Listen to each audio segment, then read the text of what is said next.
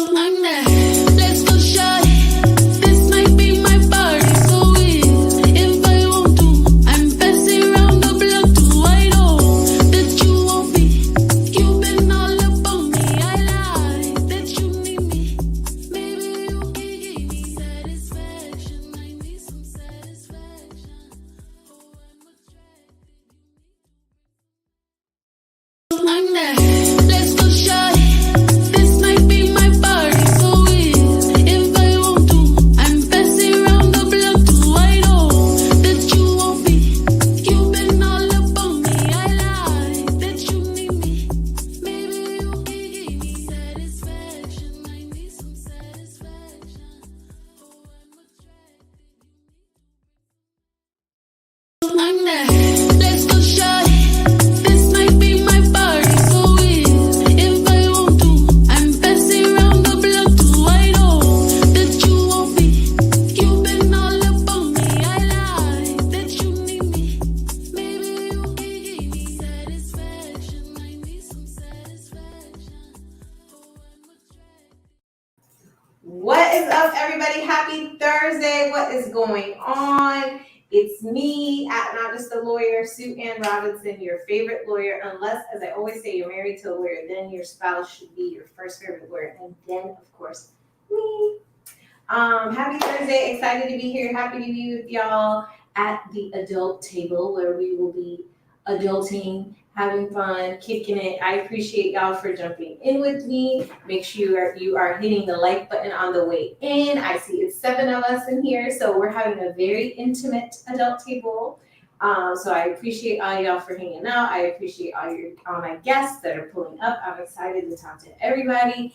It has been an insane week for Black people, and so we got a lot to unpack tonight. We got a lot to talk about tonight. We got a lot to get into tonight. I have been advised by a DM that apparently I'm supposed to be giving out, the adult table needs to give out dating advice. So we're going to do our best to give out dating advice. If you have questions about anything we talk about, as always, please just go ahead and drop it in the chat, because we are here to talk, to discuss, to adult together. And I appreciate you guys so much. So it's been a crazy week. Before I get into the what the bleep person of the week, okay? Before I get into this, hey Rosemary, thank you. Hi BJ, how are you?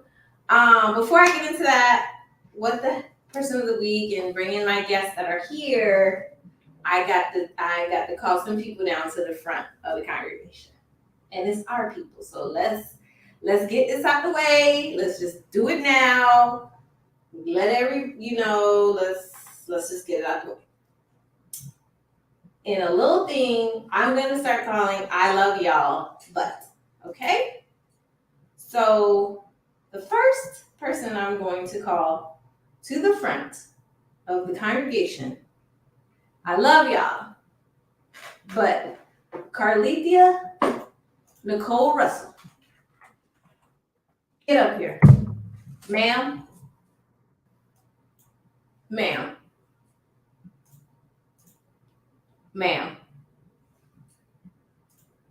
Really?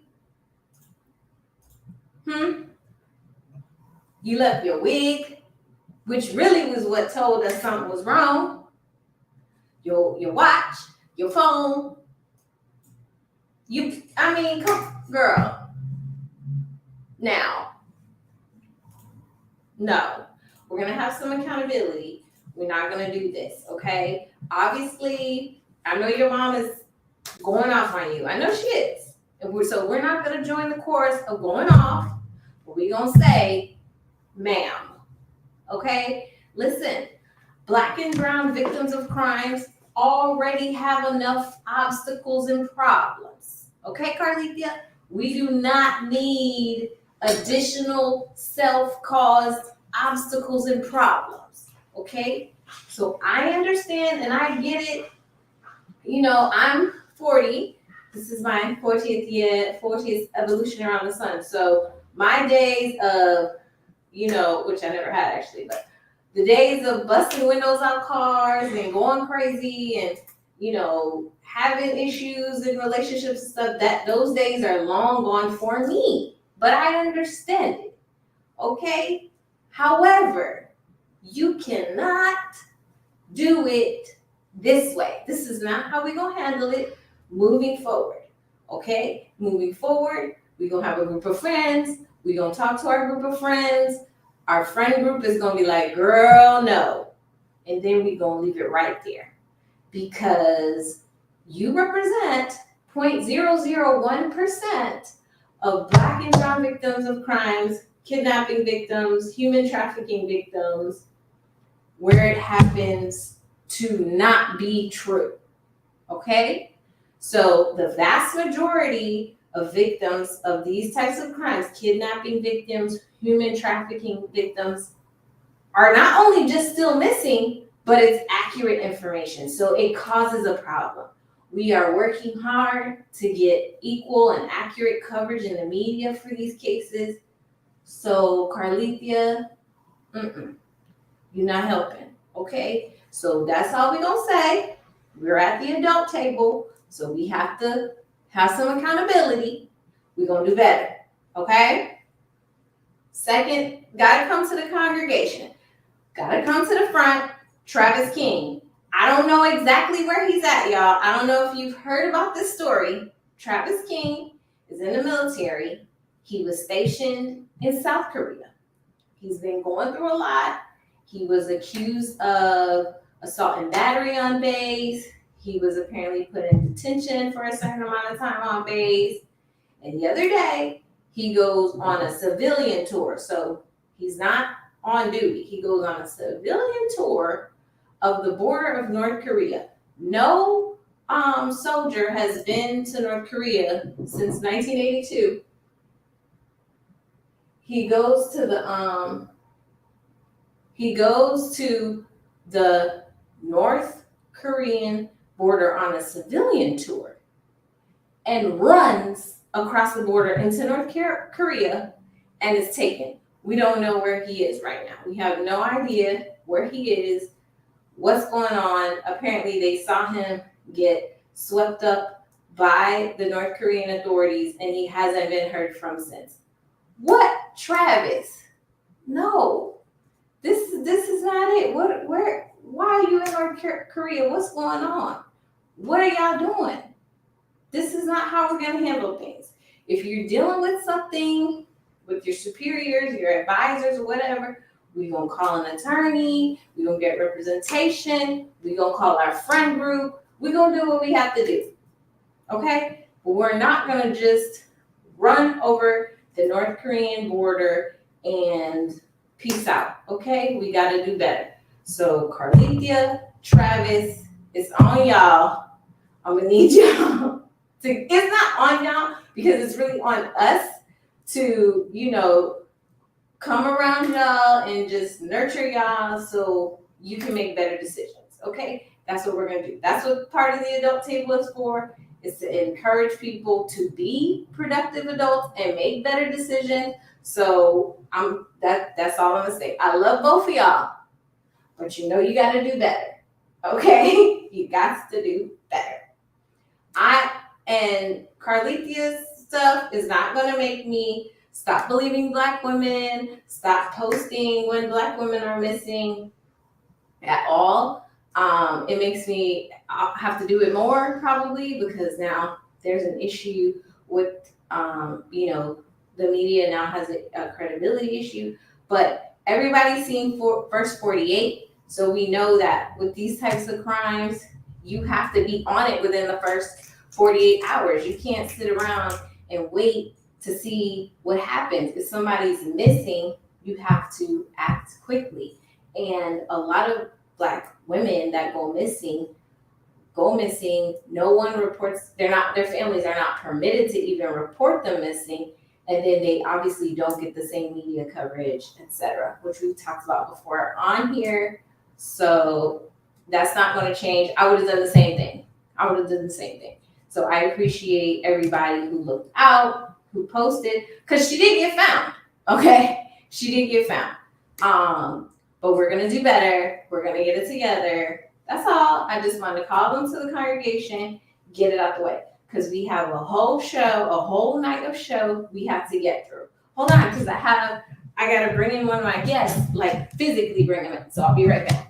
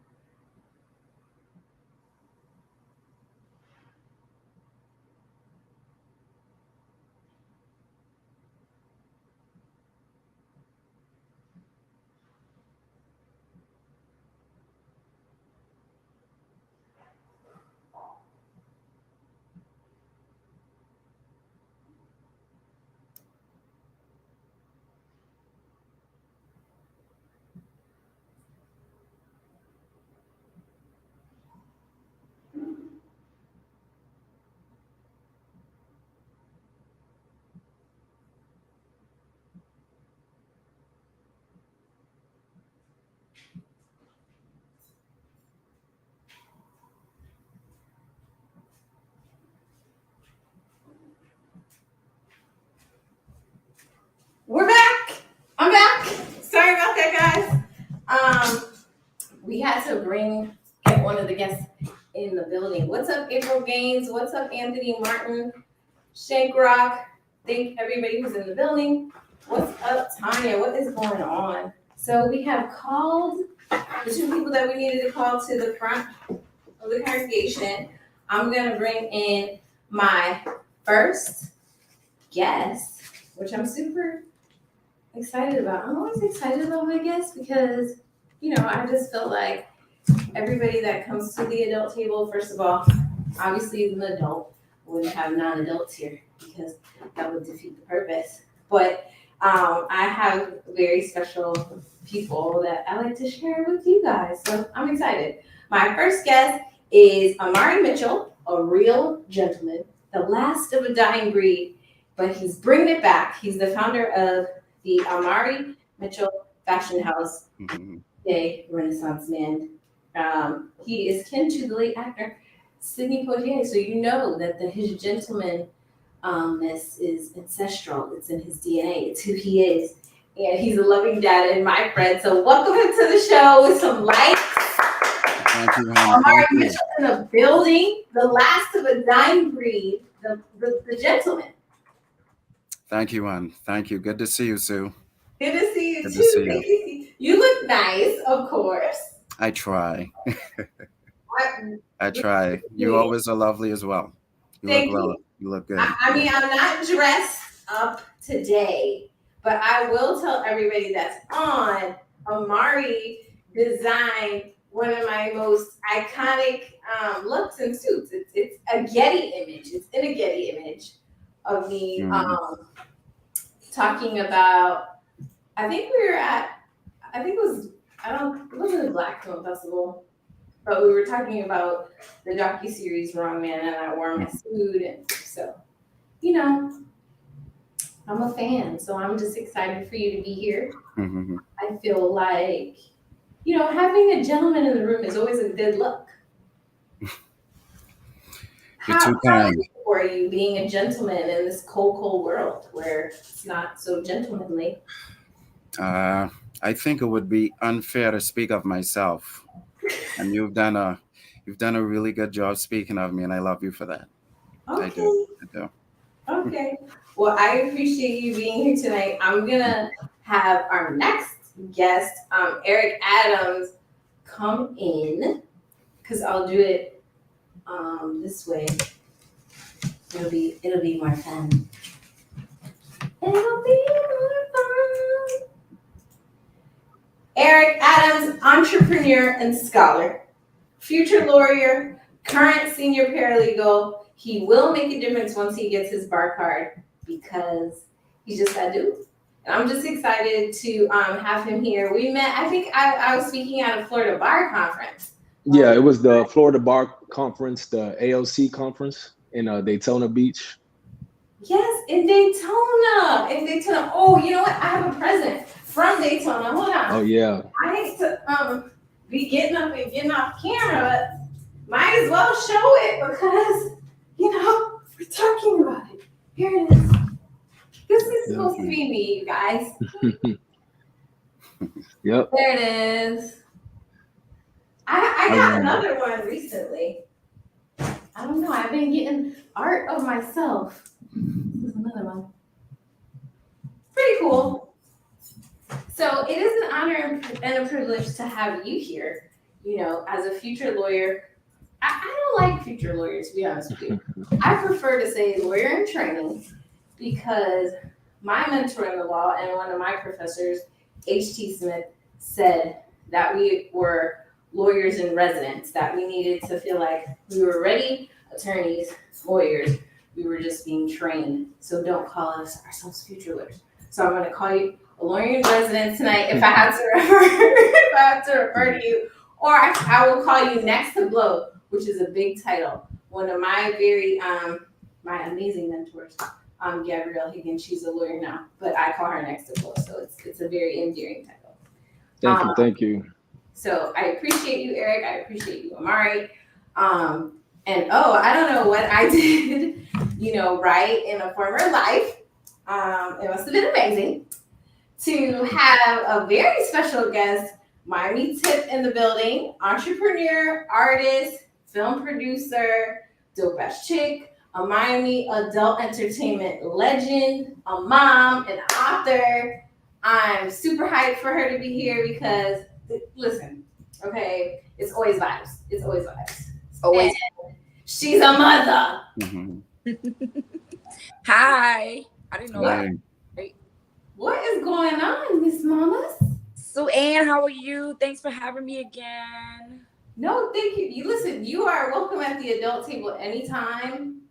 In all your list of accomplishments, you know how I think you are just an amazing mom, and I'm always like taking tips, like, okay, let me make sure I, handle my business so my kids can reach 18, and then I too can do what I want, but still worry about my kids every second.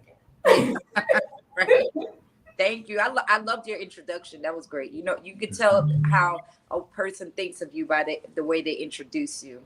Oh, okay. Well, Woman of that's why you're in the building. So you are in the building. So I know you guys heard I had to call Carlithia by her full name to the front of the congregation because we did a lot this week. And then Travis King just runs to North Korea.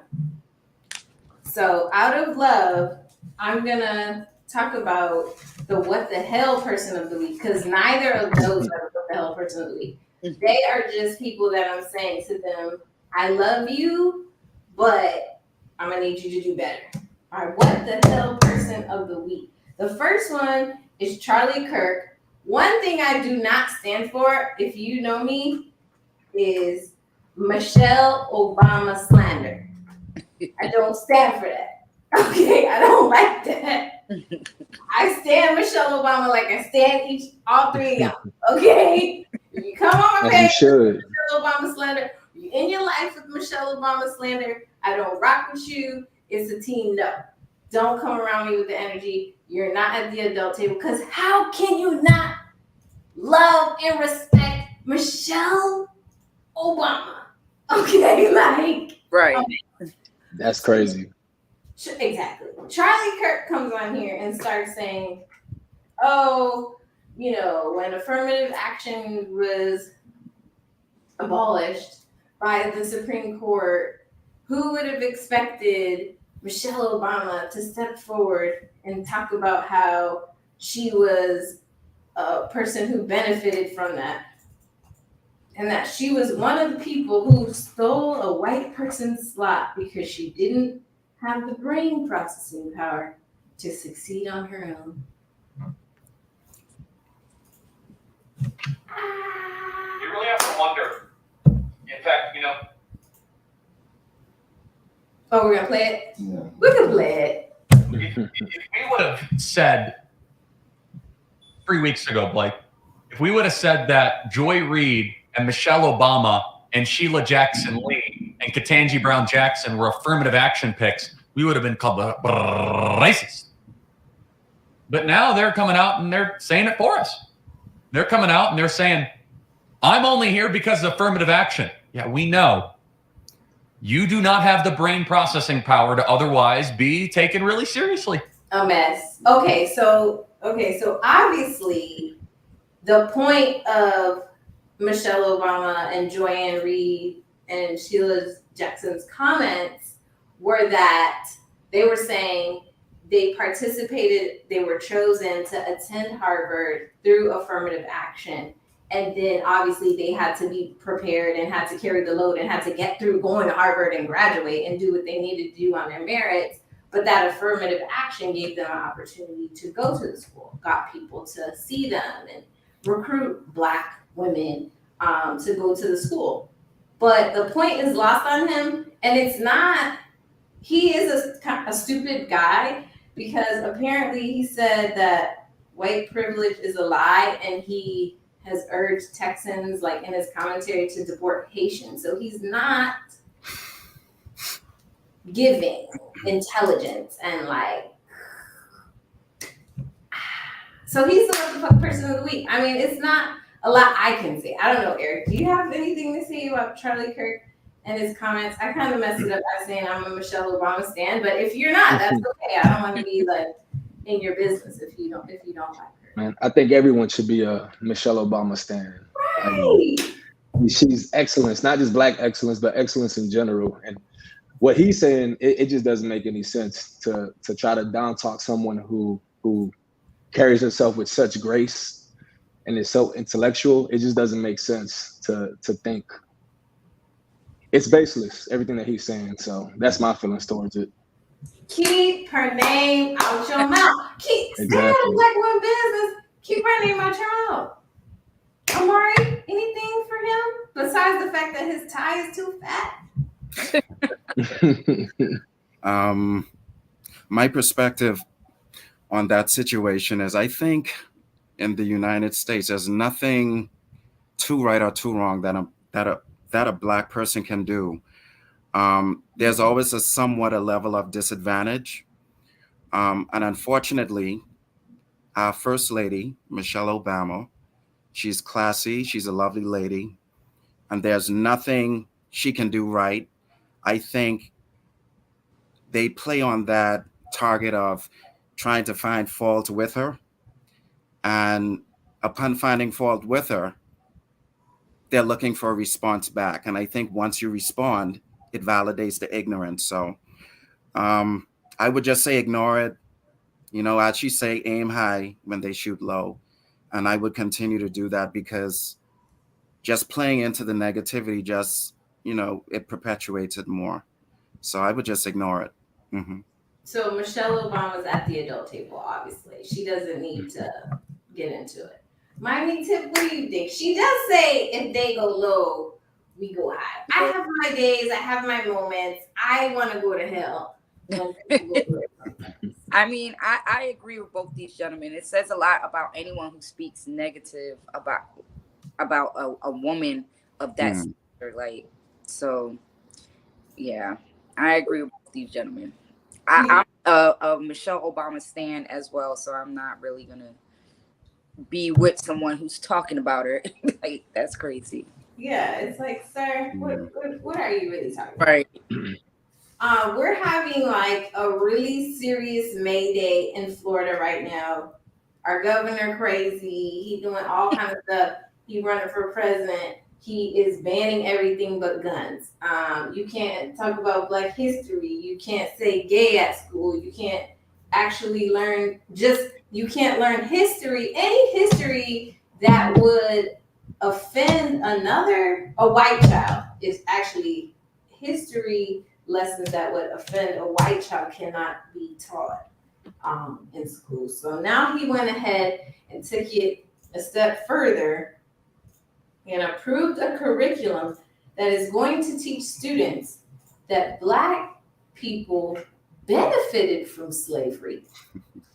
Because during slavery, the enslaved people were taught skills that they could apply for their personal benefit. I'm not making this up. I mean, like, this is the new standards for Florida. Like, it just got approved. They're going to now teach kids that this is what it is. That, you know what, slavery wasn't that bad and they benefited from it. I think that the issue is, or what he's trying to create as an issue, he's saying that when white students have to sit down and learn that their ancestors were criminals, human traffickers, and thieves, which is just facts. That's not, you know, a lie. That's what happened. They were human trafficking. There was points where slavery became illegal and they continue to do so. So that makes them criminals. That's just what it is. So he's saying because this information makes the white students feel bad, that it should not be discussed.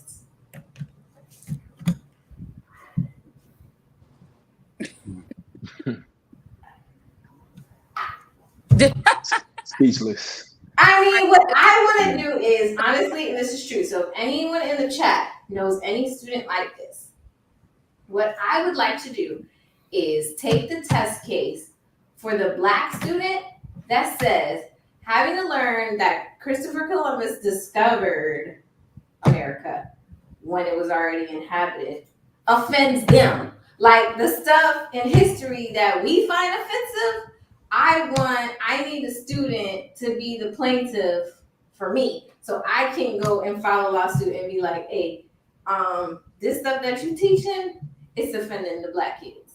They're upset. So y'all can't teach this either. And then we can all just sit and look at each other. Cause what is going on, Eric? What is this? Did you vote in the midterms? Did you help DeSatan become governor? Oh, definitely not. Definitely did not help him. I do not support him at all, especially with policies like this. It just doesn't make sense to me to try to paint slavery in a positive light in any way. It's just terrible. It's like almost glorifying abuse. Like when someone gets raped, you don't say, well, she enjoyed it. When, you know, your boss makes an abusive move at work, you don't say, well, you benefited at work for it because you got a promotion, this, that, or the third. You can't justify a negative action with something positive when the entire relationship was based on abuse. It just doesn't make sense to me.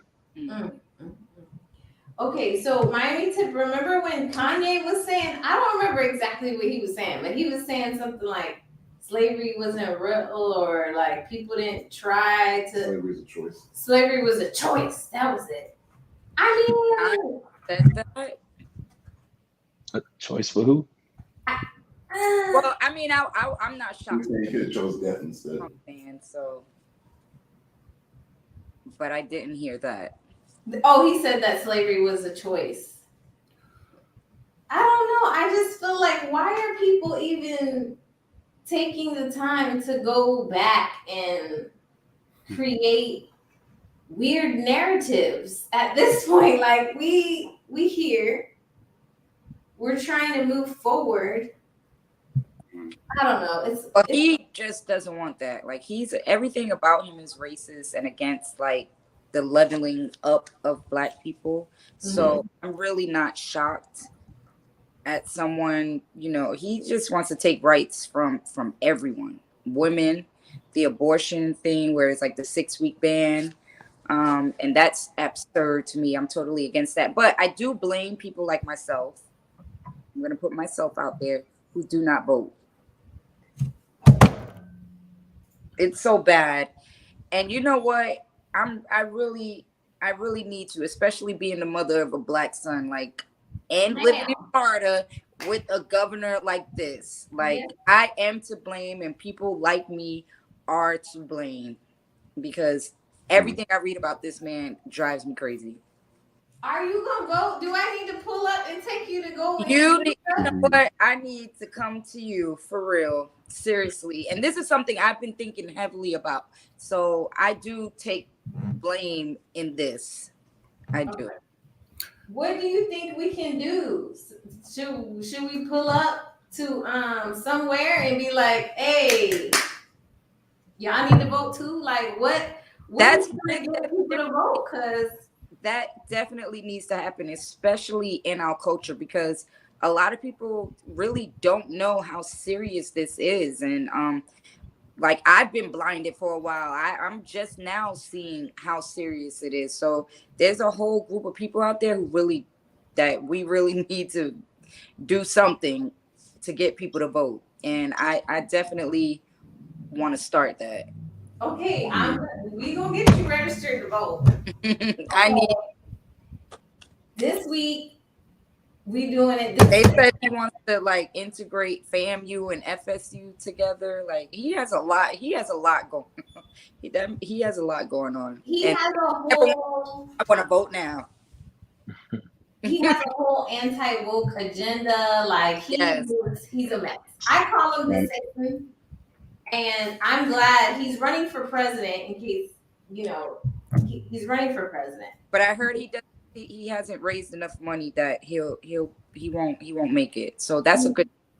Yes, he is losing support, which is great because we don't need that type of energy in the presidency. Right. It's a little bit too much.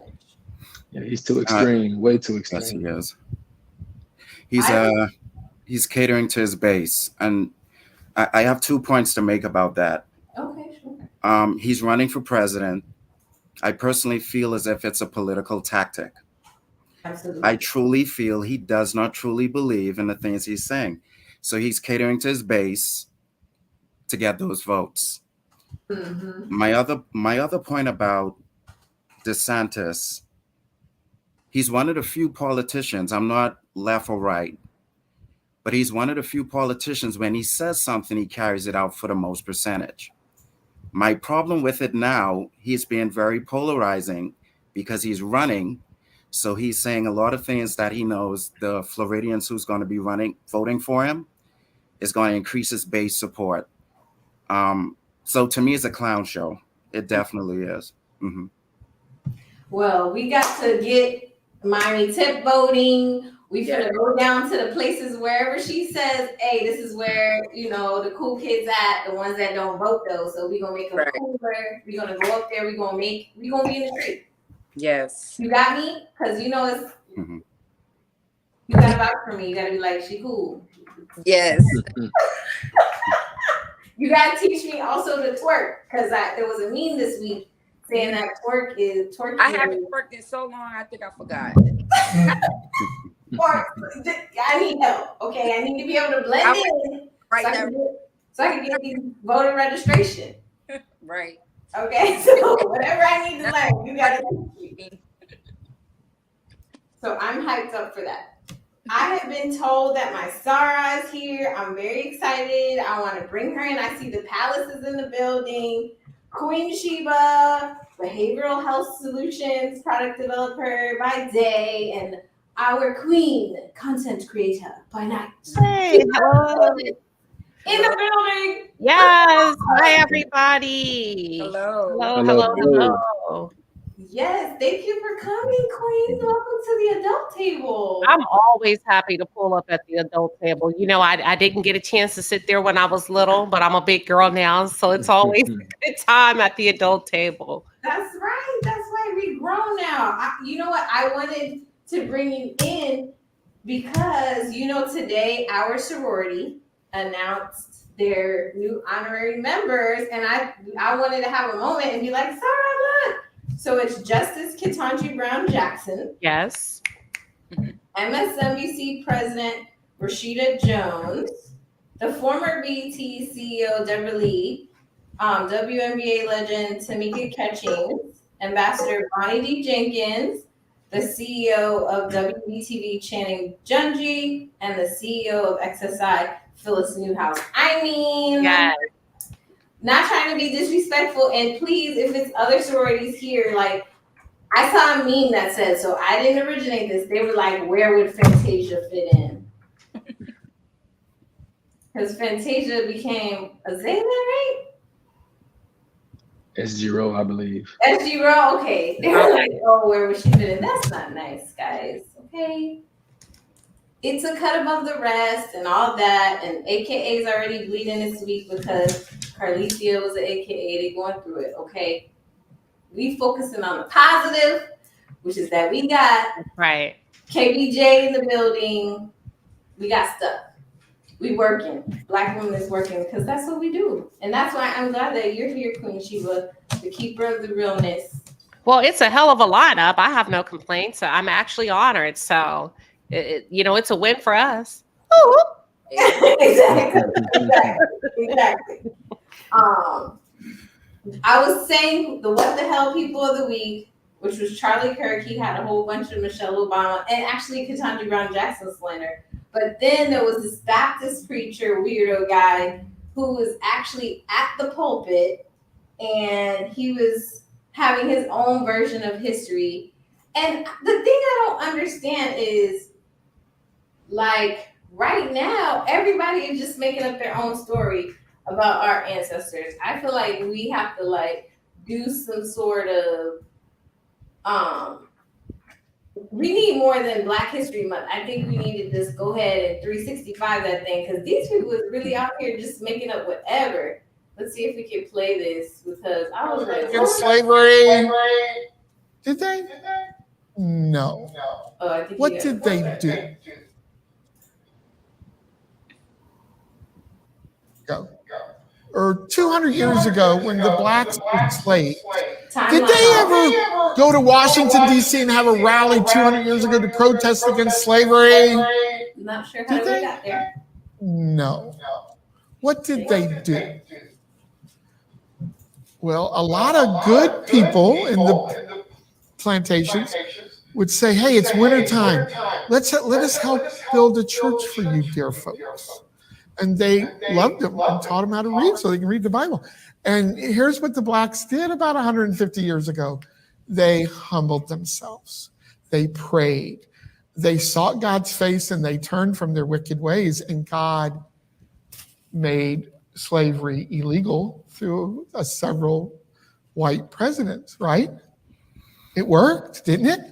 They didn't protest. 150 years ago. Or 200 years ago. I mean, okay, so maybe he went to the DeSantis school where they don't teach Black history, because I am lost. His timeline off. He talking about they didn't have protests. What is we gonna do, Queen Sheba? What is we gonna do? Girl, the turkey neck of it all. We can stop there. The turkey neck of it all. I don't think he cares about being correct, right? Because his agenda is very divisive. It's rooted in hate. It's rooted in prejudice. It's rooted in bias. So he's saying what he wants to say, and it has nothing to do with giving education or being correct. He's pushing a racial agenda. He said we humbled ourselves. We humbled ourselves as slaves. We got on board, basically, and did what the hell they told us to do. And it worked. I don't recall that being what occurred. It's just like, and then he's at church. Tennessee girl said she would have thrown her shoe.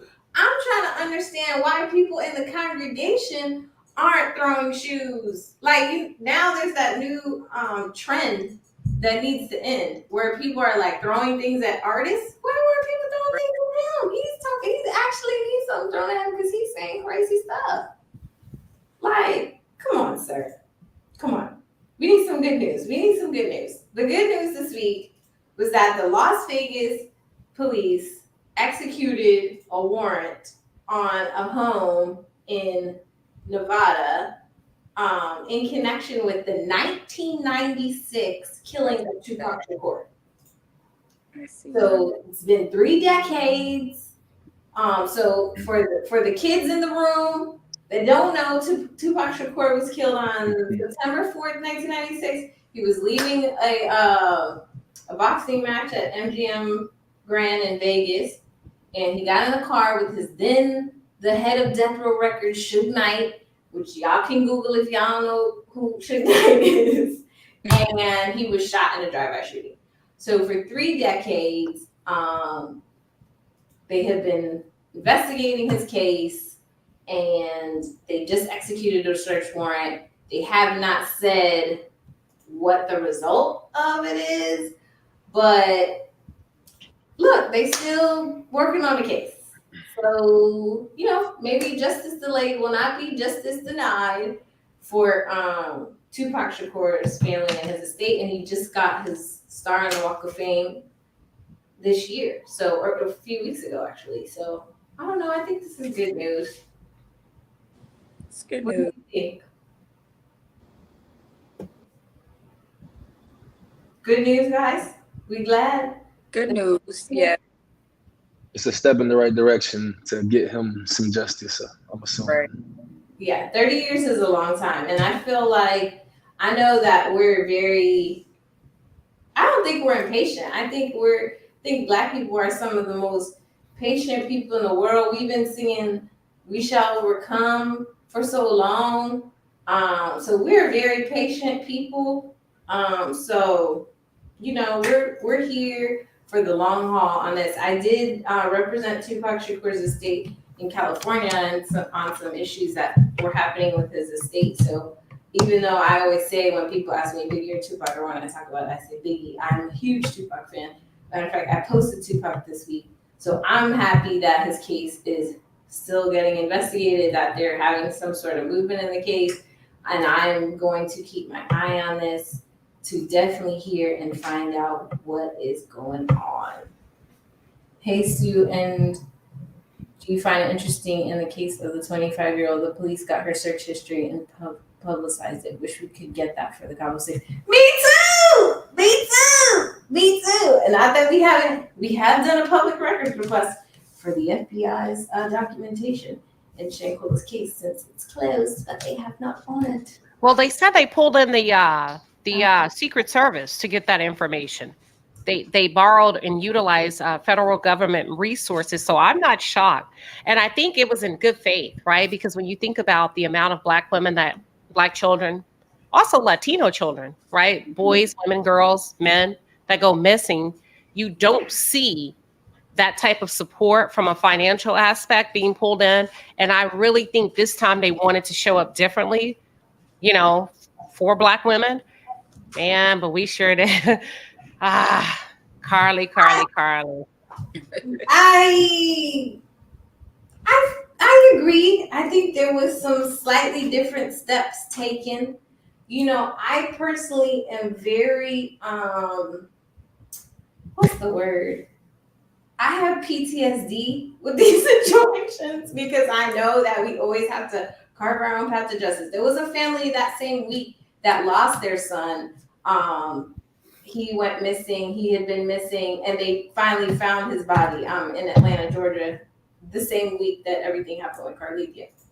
And the family found his dead body themselves by following their own leads from the sister posting on Instagram and getting leads in her DMs and following her own leads and finding her brother's dead body. So when I see them pulling in Secret Service, that doesn't, for whatever, I'm just very hesitant to be like, oh, they're showing up in a different way. It's giving, they thought there was an issue, so they were like, now we're gonna really uncover it. Like in Carlithia's case represents the 0.001% of people that are lying or that are creating something or that are, not actually being victims of human trafficking and kidnapping. And so it's hard. I'm glad that they use those resources, but it always makes me say, well, what happened in this case? What happened in this case? That you guys are like, you know what? Let's do what we normally do for the white people. Let's do it for her. Like, what was the switch that was like, oh, let's get it together? I don't know. I mean, We had Carlithia at the front of the congregation earlier, but if anybody wants to say anything about it, feel free, because I don't have any more words. I'm not gonna stop believing in Black women. And I wouldn't change anything that I did personally. Like, people have DM'd me like, "Oh, are you gonna take her picture off of your Instagram?" I'm like, no, she was really missing. The internet really helped.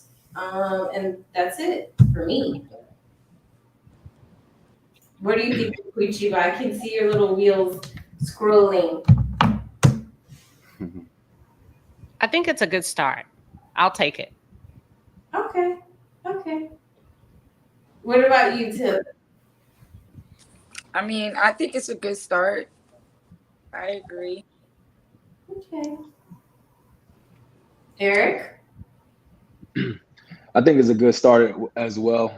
I personally thought that they may have done it in good faith, because they did mention something about public safety in the press conference, but ultimately, like you said, it doesn't happen enough. But I think the public pressure may have pressured them into doing it. So maybe moving forward, they'll continue to do it. What do you think, Amari? It opens up a different dialogue. I think when attention comes to these type of cases, it creates a foundation for change, whether it's legal change, social change, but the conversation has to be had. So it does open the door. It does. Kim Mae Noreen said the forces was for the white baby, not for Carly. She said she was missing a kid, that the kid was missing. So she's saying maybe they were doing that because they thought a kid was missing, not necessarily for her, which is possible. It's possible. Shout out to Shank Rock with the super chat. Thank you. Keep up the good work, man. Thank you, sir. You keep up the good work too. Shank Rock has covered Shankula's case. He's an amazing YouTuber. He does a lot of dope stuff. He has come to all the press conferences for Shankula, so I super appreciate him, because he's someone in the YouTube world that is giving factual information about the case, not spreading misinformation. There's a lot of people who spread false information about the case, spend all day long sometimes talking about the family, and they don't even know the family, saying bad things about the family, just spreading misinformation. It's very hurtful. I have phone calls at least once a week from, where we just talk about people who are spreading misinformation and lies. So I appreciate Shank Rock so much for being one of those people that are spreading accurate information, that are continuously trying to assist the case, push the work forward. So I appreciate him and his awesome wife. So thanks for being here, and thanks for the continued support. Okay, so JT from the City Girls is making good trouble this summer. I know they're supposed to be acting bad and everything, but they're making good trouble this summer because she started this initiative called the No Bars Reform Initiative for incarcerated women. What do you guys think about that? Bad. JT acting bad. I don't know, because she was just fighting at an award show 2 weeks ago. So sis, you gonna have to either we reformed or we're not. But we're not gonna put our hands on these men and curse them out and make a big scene and then go over here and push reform. Okay. I mean, it's a good start. People are heading in the right direction, but she is not there yet. I mean, okay, this was my take on the thing.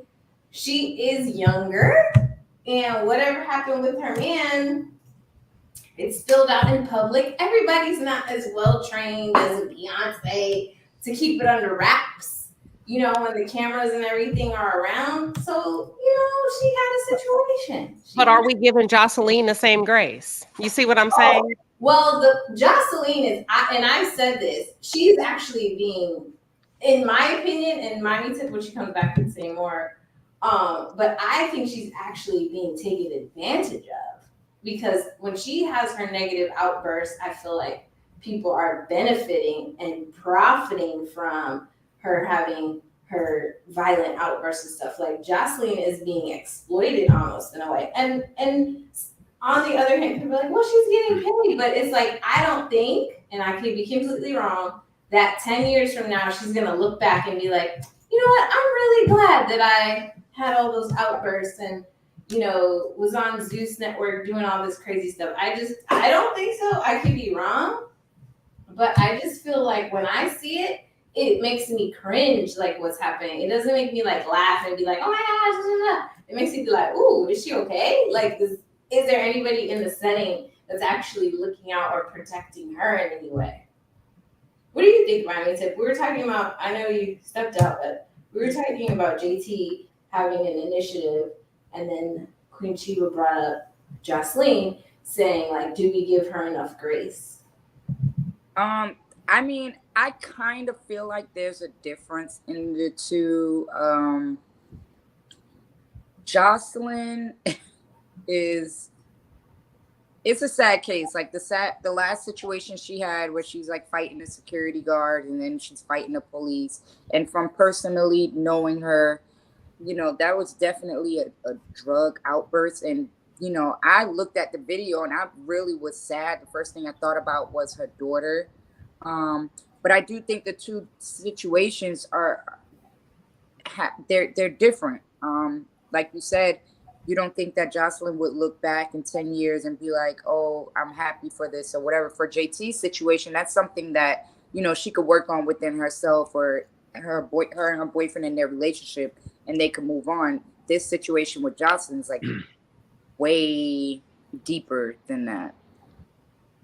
Yeah, I mean, I talk about her having a violent outburst, but you're bringing up a good point because it's absolutely like it seems like she has a chemical dependency issue. Right. So after saying that, you know, she quit and she wasn't doing it anymore, that definitely wasn't a sober person. Eric, did you see her Jocelyn's outburst? No, I have not. And fought the police officer and all that stuff. I am not familiar with the Jocelyn situation at all. I have not caught that part, unfortunately.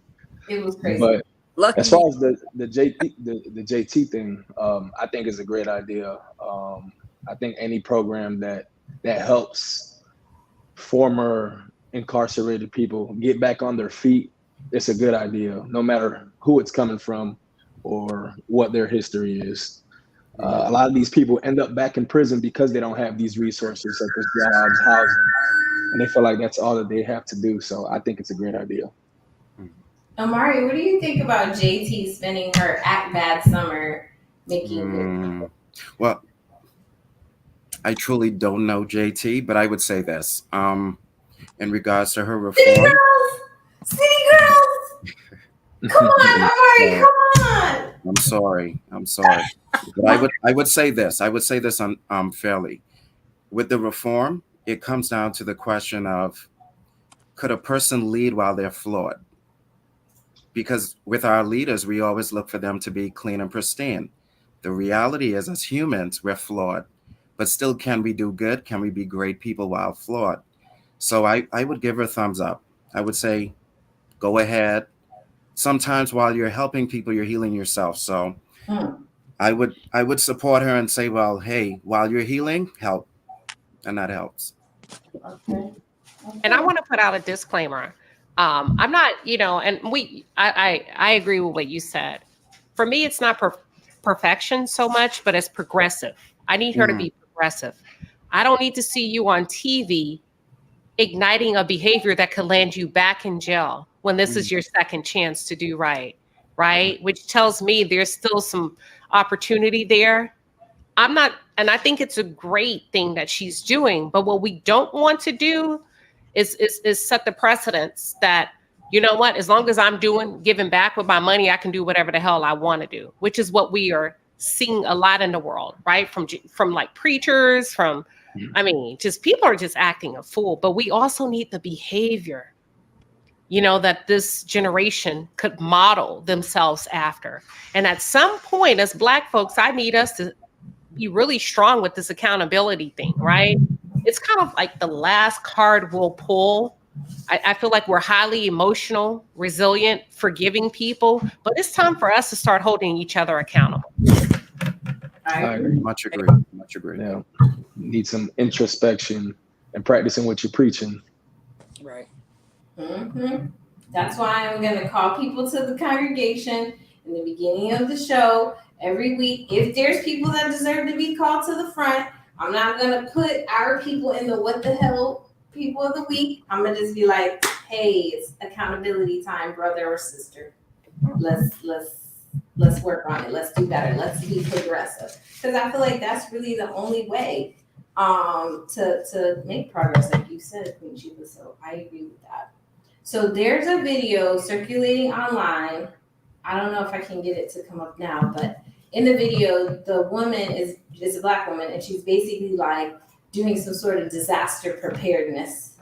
And she's saying like, these are all the things that Black people need to start gathering. And she's doing it very like covertly, like she isn't saying in her caption or in the video exactly what she's saying we need to prepare for.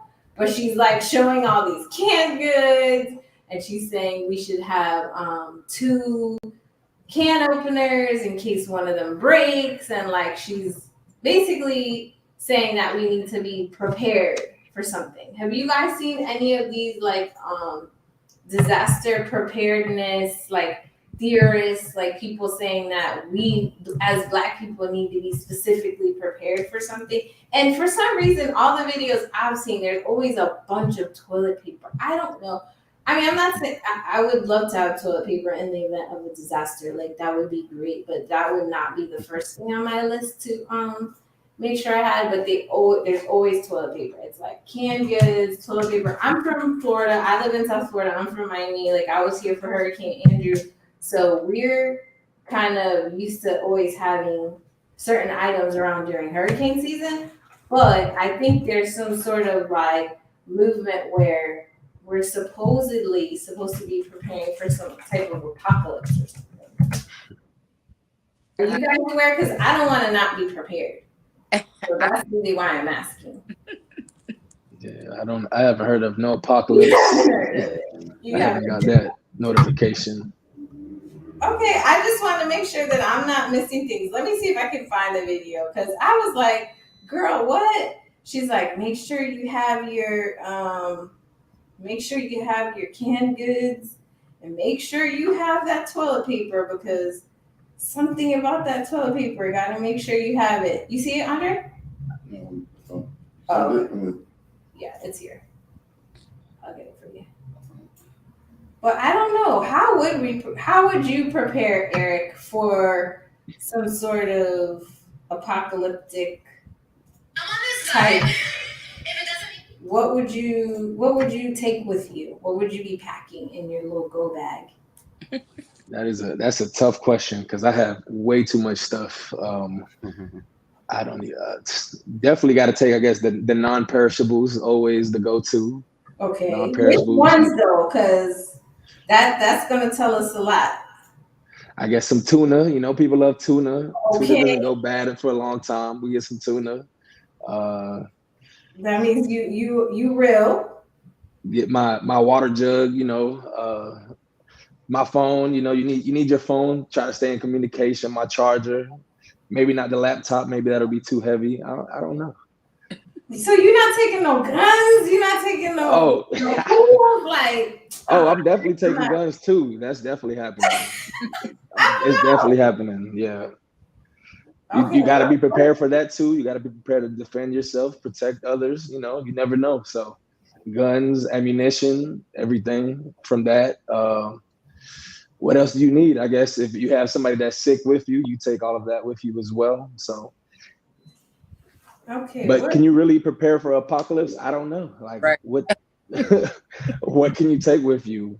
Will you get a notification on the news like, hey, the apocalypse is starting in 24 hours? But that's the thing. The videos are saying y'all need to have this stuff at all times. Omari, what would you be taking? What's in the go bag? What can fit? That's a good question. I'm a man of faith, so for me, it's meditation and prayer. Food is an automatic.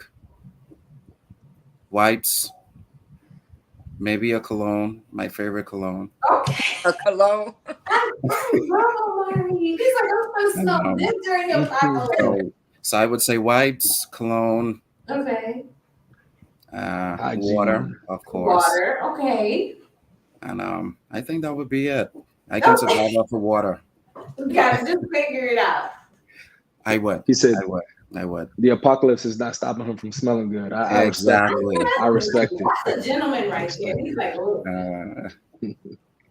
Aromatherapy is real. What would you take, Tim? I'm gonna say at the end what I'm gonna say.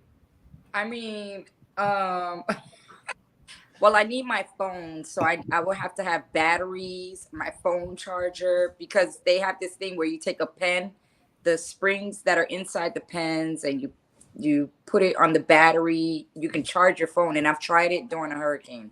So I would take those, the pens, the batteries, a phone charger, like the cord for the phone charger, water. I don't even know what else. Mace, guns, like you said, and a book bag. But as long as I have my phone, I'll be all right. Okay, we can make it work. Right. Okay, Gucci, but I know you're gonna like really. You probably have a book bag right now. So first of all, I'm taking some wine for my nerves, child. We gotta have some wine out in the woods, right? Yes, just in case I run into Amari and figured out which way you're going. Oh, over there, and I can barter and exchange with wine. So you got to take something. I would freeze all of my water. So I would freeze all of my water bottles to keep my food cold and still have water as the water begins to thaw out, so it can work two ways for me. I would boil all of my eggs so we could have boiled eggs. So now we got protein, we got tuna fish, we got crackers. Oh, come on, y'all. Okay, what else we need? So we need some type of peppermint oil for bug repellent, because they don't like peppermint oil. I mean, they don't like that. So we got that for bugs. And then I got to take my dog food and my dog bowls because I got 3 dogs. Okay, you have 3, so you need and a Bible, just in case we got to have church. See, Omari did say that. He said that was his first thing. He was like, meditation and prayer. Where's my jelly beans? Oh my God. My jelly beans are missing. This is crazy. Okay, so I have a jelly bean addiction. Just gonna come clean with you guys. If you ever been to my office, you know that I have a jelly bean addiction. So I would definitely be taking jelly beans, and then probably water, handgun, maybe some blankets, in case I want to lay down somewhere with the kiddos. Honestly, to be completely transparent, I have a 12-year-old. She has a 130 IQ, and she also is a huge fan of Marie Kondo, the lady that organizes and stuff like that. So she keeps me organized. She's really the boss of the house, and so I should be asking her, because she would be telling me, "Oh, we need this." But I definitely feel like, obviously, if you're in the house, then you need to stock up on like water. We have like our regular hurricane supplies. So I would definitely keep that stuff. But like you said, I mean, things to barter with, that's a good point, because what if we can't use money? I don't know if we'll be able to use our phones. We might have to try to find what I've always tried to do since I lost the landline that was in my home before I moved to this new place, because now they force you to have voice over IP. Is that your landline or a generator? It's a solar radio that I ordered on Amazon. Everybody should get one. So if we could not use cell phone power, we could still tune into the radio and the broadcasting. Like I Am Legend. Okay. About $12.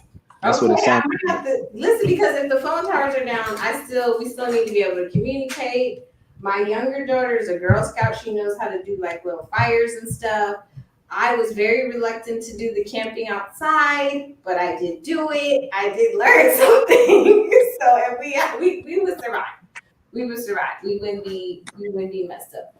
But I don't know. I'm gonna, keep my hurricane supplies around. I don't know if we necessarily need to be ready for an apocalypse just yet. I haven't heard anything. there was that flash flood recently in my area, actually, that basically has still rendered me displaced from my house, still working on the house and stuff like that. So it's like you always have to kind of have your paperwork and stuff too. That's still going to be important, I'm sure.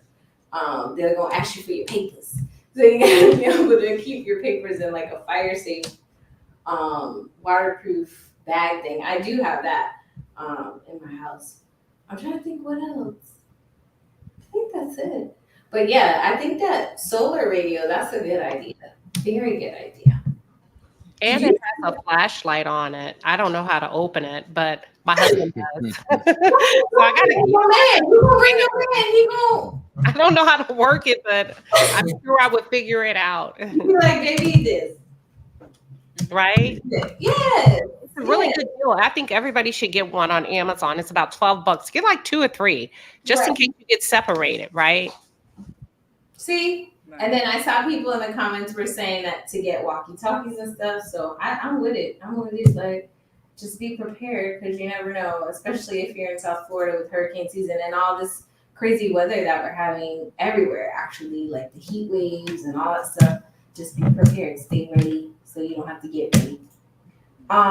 Before we go into dating advice, which the reason why now the adult table specifically has to give dating advice, because I was inundated with DMs of people saying that in addition to all the awesome information that we share at the adult table and discuss, that people want dating advice, like specifically.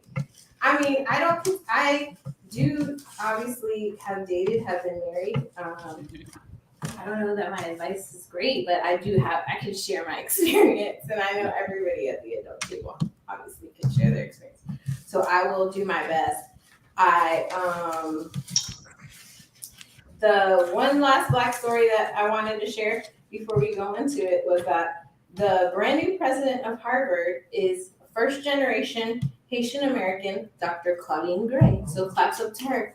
They did a story about her, and they were saying how she attended Harvard as a grad student, that she came with her futon, her computer, and her frying pan to fry her plantains, which, because she's Haitian American, we know that it's actually, I'm not Haitian American, but I'm Haitian by association, that it was bun peze, it wasn't plantains, but the person who did the story didn't know the difference. But anyways, okay, let's get into it. So first, there was what is it? One of those live like versions of a podcast, and there was a discussion. I will let you guys listen to the discussion, and then we'll talk about it. So here it is. Can we hear it? Oh, okay.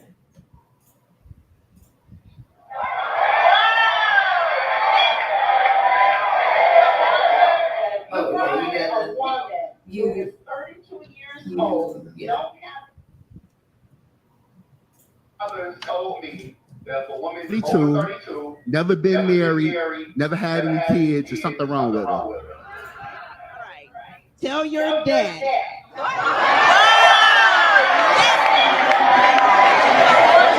If you find a woman who is 32 years old, don't have any kids, never been married, tell your daddy that she's educated and that she's planning to make financial decisions so she can afford the children that she has and send them to college instead of having them standing at the L stop. She can drive a Lexus to work. Tell your daddy the woman is a boss. My father has told me okay, that so if a woman's over 32, I guess our never kind been of married, discussion never had any thing kids. is, I can say from my own experience, I've had obviously different points before being married, dating after being divorced, whatever, where I've had people be like, oh, you know, you've educated yourself out of a husband, you're so educated that makes it difficult, that's going to make it harder. You know, I have personally never dated anyone who was intimidated or upset about me being educated. I know in this particular thing they're talking about, is there something with Black women if you're over a certain age and you've never been married and you don't have kids. And I think like that is a narrative that's only really pushed on Black women to a certain extent. Like the need in our culture to basically tell Black women that they have to be chosen in order to like, that's one of the check marks for success. I don't agree with that. I don't think that's right. I do think that, you know, naturally as humans, we do want to be in a partnership. People are seeking partnership, but some people don't want to be married. So I don't think anything's wrong with a woman that's age that's not married. And there's nothing wrong with men that are over a certain age that have never been married and don't have kids either. I think a lot of times people don't think about that, but obviously there's men that are over a certain age, never been married, don't have kids, and nobody says there's something wrong with you. What do you think, Queen Sheba? Then I'll ask everybody, but I think it's dumb. I think it's the dumbest thing I've heard. What's wrong with a woman preserving herself and her options? And in the meantime, I call it in the meantime, gaining in education, being self-sufficient. What is she supposed to do? Sit at home and peek out the window until he shows up? You know, she's busy working, being about purpose. You know, she doesn't have an idle mind. And I think it's important that women do not allow men, low value men, to trick them out of their spots. Because on the flip side, we can take a man that has 3, 4, 5 kids by 3 different women that have never been married, which is typically the norm with Black men, right? But we're not. So we're taking this woman that has no kids, that have never been married. She's educated. She's taking care of herself. She's working, walking in her purpose, attempting to save herself, right? And do the right thing until marriage. And then you have this guy over here that hasn't, but something's wrong with her. And I think that's something wrong. That's a wrong narrative to push in front of a woman, right? Because when we think about the choices that we have, I can pause.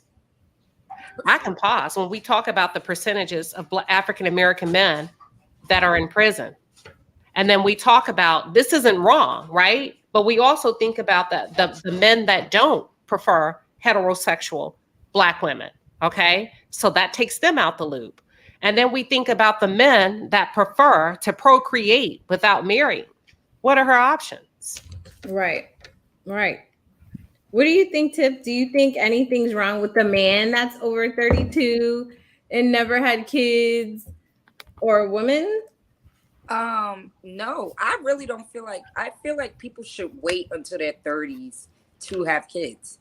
That's my personal opinion. I feel like it should be a law. Like you cannot have kids until you're 30. So if I meet a man that doesn't have kids, I feel like in certain cases that was a good choice, you know, because sometimes you're not figuring out your life and yourself and where you're going until you're close to 30. So why do you want to, you know, I was a single mother at a young age. My son went through everything with me. I wish I would have waited. So if I meet anyone, a woman or a man, I wouldn't feel like they're a bad person, or, you know what I'm saying, because they didn't have kids at 32. Like, I feel like that's a smart choice. Okay, so you feel like it should be a rule, no kids until you're 30. No kids until you're 30. And then I get a lot of backlash because I say no kids until you're 30 and marriage until you're 50, because obviously for kids, right? But I just feel like marriage, I take it it's very like, that's under God, and a lot of people are not mature enough to really know that they have to understand each other and be with each other through thick and thin, through marriage, in a marriage. So it's kind of hard, but that doesn't mean you wait until you're 50 or you wait until you're 49 to find the person you're going to marry. Obviously, that'll be someone that you're building with. But I don't know. These are my opinions. I just don't think people should have kids until they're 30 and get married to their 50.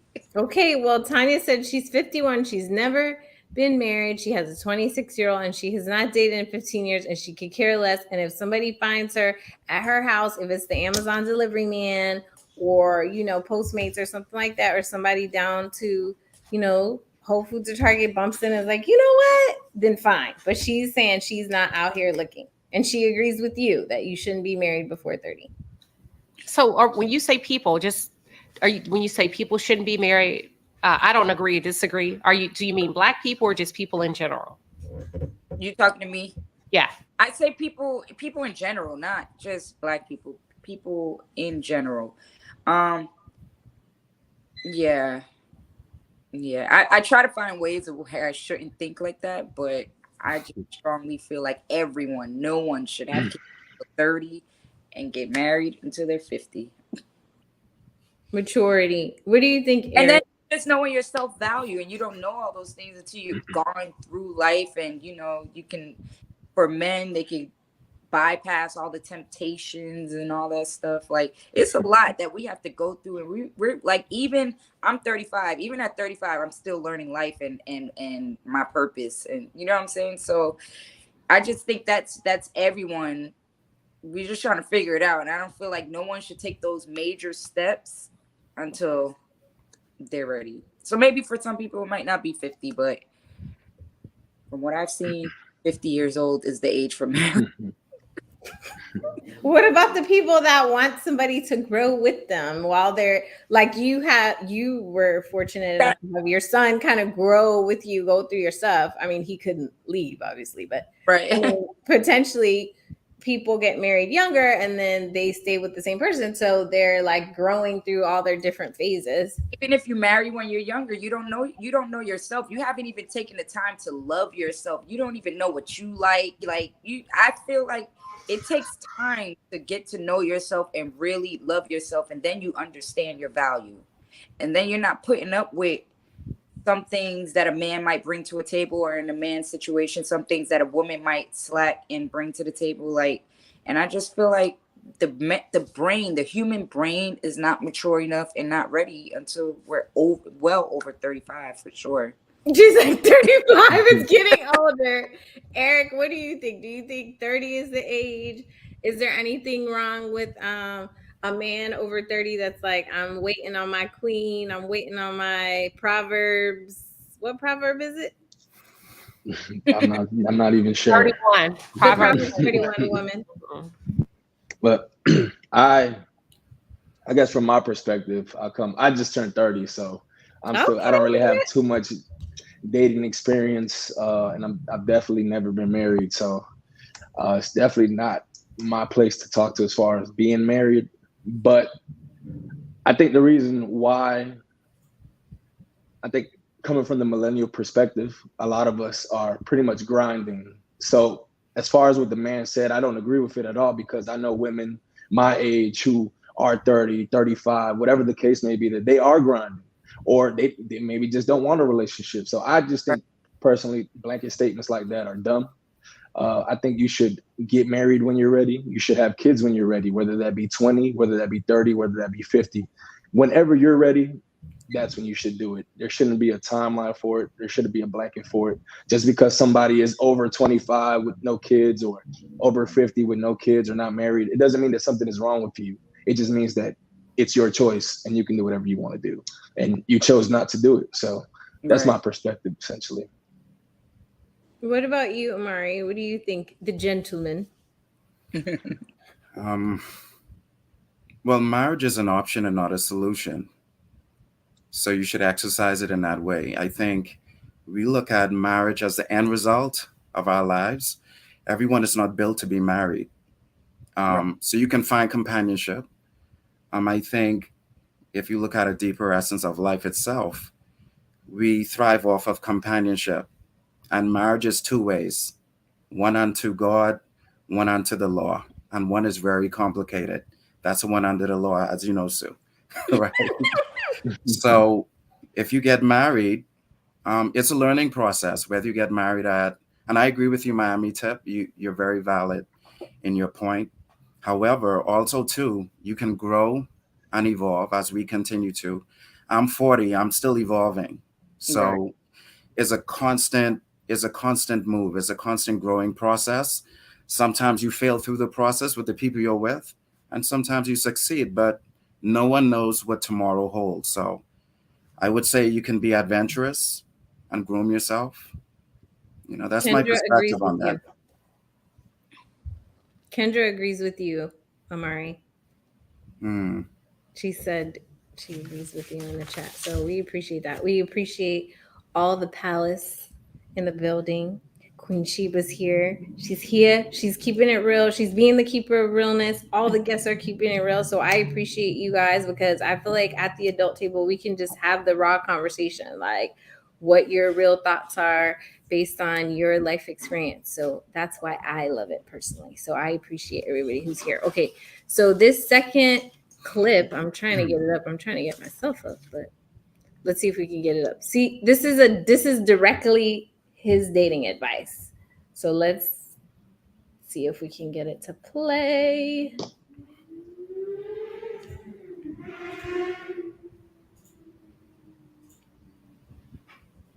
Okay. Let's see. Remember this, y'all.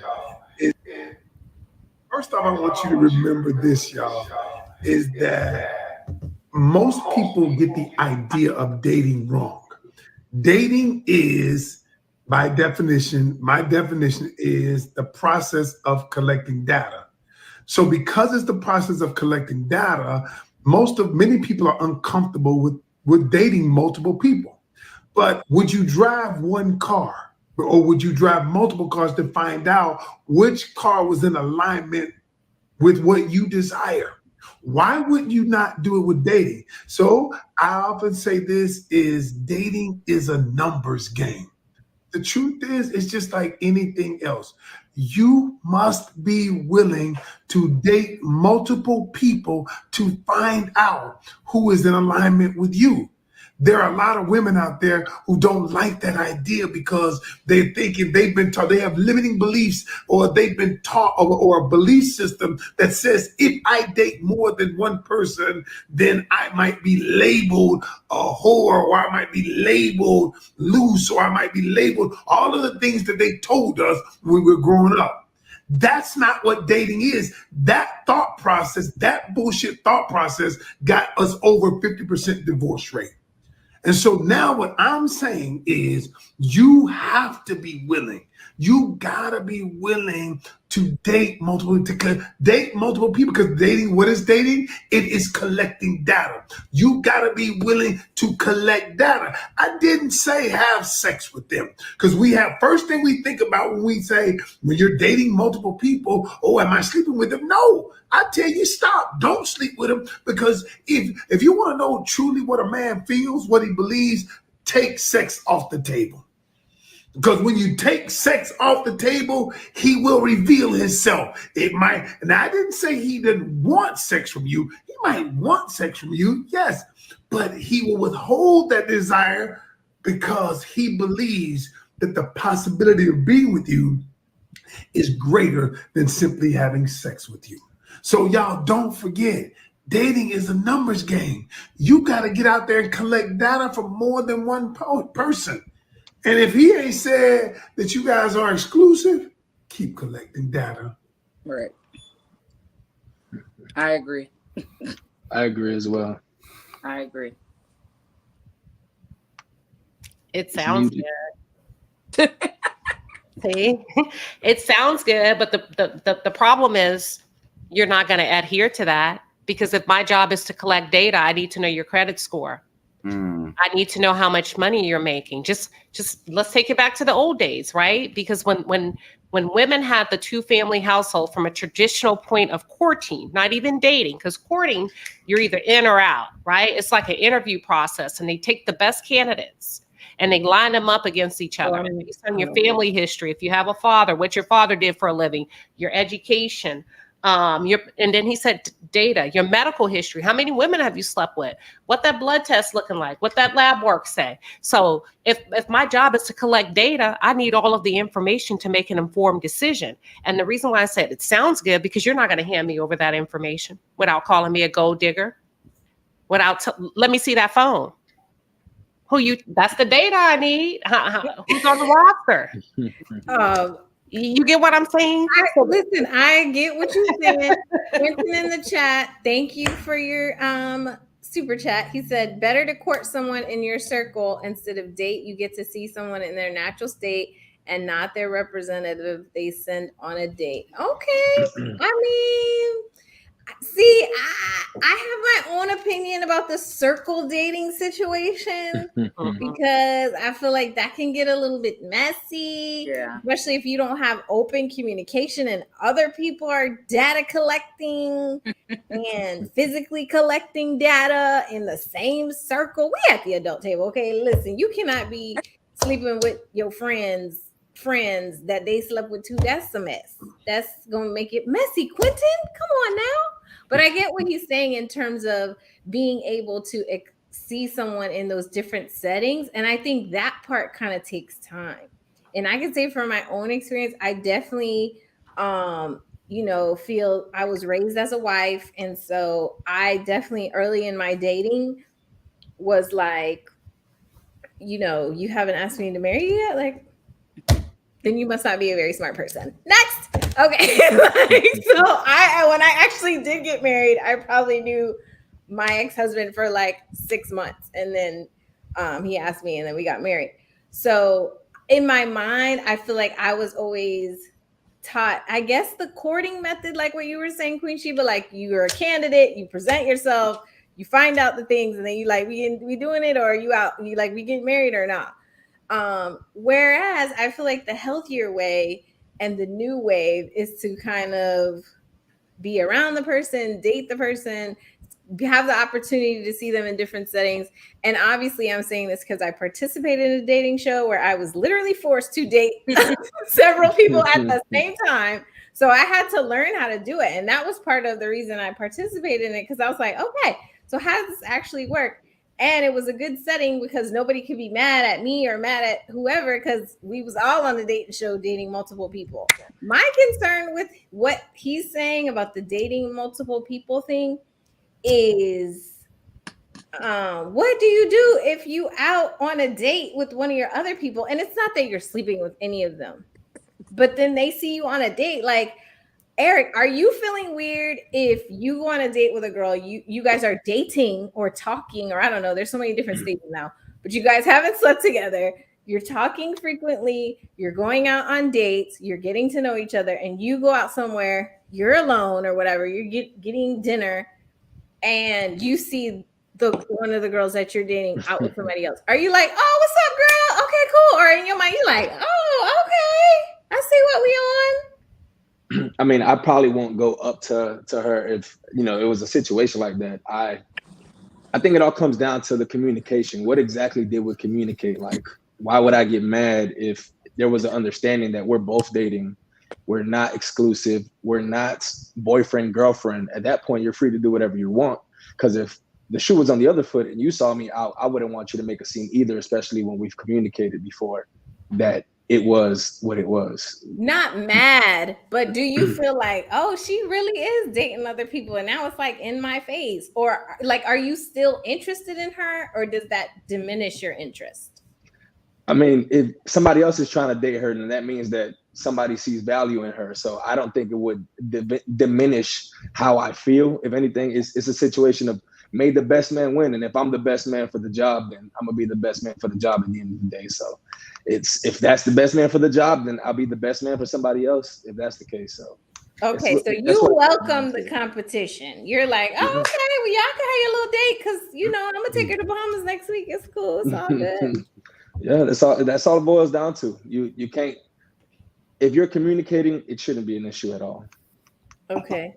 What about what do you think, Amari? Because since you're the gentleman, are you seeing the girl out and being like, ooh, okay, well, I agree with my buddy over here. Communication is key. And especially as adults, you have an open dialogue and there's a pre-contract and you discuss that contract. And upon that contract, you move on. If you don't move on, you stay away. So if we're communicating... Hold on now. We need to break this down for the people in the chat, because Aya the Storm is here, PM is here, Tanya here. Tanya is 51. Like, we need to really give them the advice. So the pre-contract, what's that? So there's a verbal contract. So when we're communicating, if we're dating, there's an open communication in regards to what the expectations are. If you're dating someone else and I'm dating, and we're just courting, right? So Okay.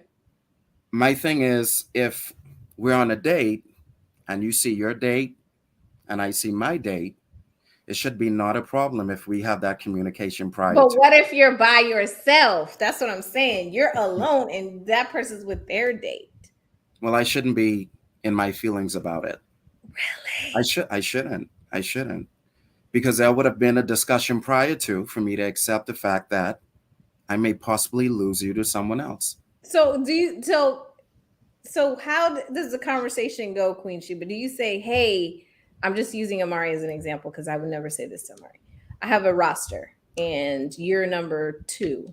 I have a number 1. I have a number 3. Eric's my number 3. You know, my number 1 is not here. So I'm just letting you know, you at any time, 1, 2, or 3. He wouldn't even get none of my business. He wouldn't know anything. So you don't tell them. No, until he lets. So a man of purpose will tell you his intent on dating you. If a man doesn't give you his intent up front, you already know what time it is. A woman should never have to ask. And if he has not spoken his intent, then you should be going out with different men, right? Not sleeping with, or if you do, you're grown. But if let's just say he run into me at a restaurant, if he real play about it, he'll say, wrap it up. I'll see you at 10. With me, baby. And then me, vice versa. If I saw him out, I said, go ahead and take her home. Go